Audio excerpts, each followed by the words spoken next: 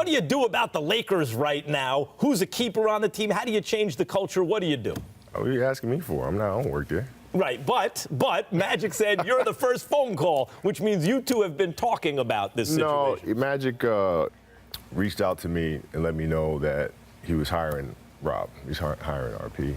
And he and I talked about how great it was and what they want to do going forward.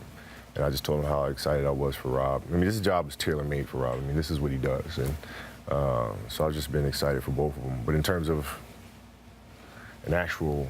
How'd they lose their way? You were on the team as the team lost its way, and how do you get it back? Well, things happen, as you know. I mean,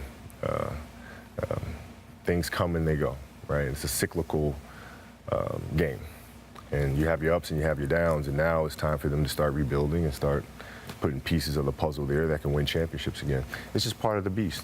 When you have former players, whether it's aspiring to be a coach, which ain't you, an executive, or an owner, at least on an ownership level, does that intrigue you? Does that interest you? Is that something?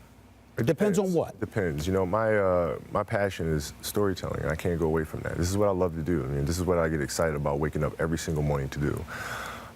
So are there ways that I can help the Lakers from that perspective? Yeah, maybe. Ownership perspective? Maybe. But you know me, I like being behind the scenes and being passive and things of that nature. If a phone call came, I would certainly listen, but in terms of being there every day and doing that, well, not necessarily. That ain't for me. Not necessarily. I hear you there. Not necessarily being there every day, but I'm just talking about from afar, but having a profound impact whenever you so choose. If you think about Magic, Magic's president of basketball operations. He's a day-to-day guy, but he talks about leaning on somebody like you because of what you mean. Well, I'm there now. I mean, they can call me now and ask for advice or what I think about this, thing about that. I mean, I'm always around. So it's amazing how fast time flies. I mean, it's pretty cool. When was the last time you hooped? Since I scored 60. Like I'll shoot with my kids every now and then, but in terms of playing. Yeah, you know, that's whenever we speak, it's amazing to me how you make no apologies for the fact that you really don't miss it anymore. You put in your time, it's enough. You don't miss it. It's rare that you hear that from somebody. I know, it's strange. Yeah, it is strange. Give it your own. It's strange, but it's a blessing, right? I mean, the thing, when you grow up playing a game your whole life, and this is what you identify yourself with the whole time, it's very hard to find something else, and I've been very fortunate and very blessed to have a passion that I love every bit as much as playing basketball.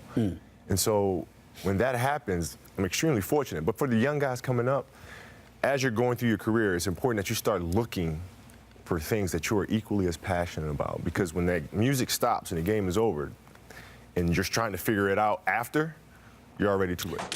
For a family who spends their hard-earned money to come and watch their favorite players play, and they show up and the player's not playing, that's the tough part. I felt like if you could play, if you can play, you should go out there and play. If a coach said to you, "You're not playing," would you have had an issue with it?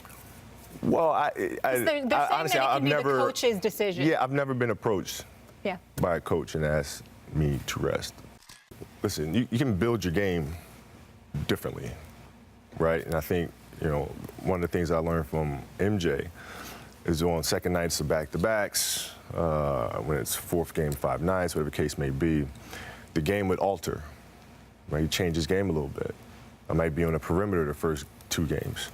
Now I'm gonna slide down to the post. I'm gonna play a little closer to the basket. I'll play off the ball a little bit more. Right? So there are ways where you can kind of alter your game, where you can get rest within the game, but still be efficient. That's the tough part, is that when you miss a game, there's that one kid out there that's not going to see his favorite player play. Okay?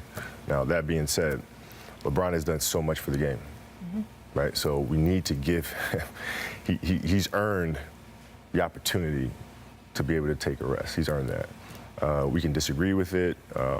We feel absolutely terrible for the kids that come and watch him perform.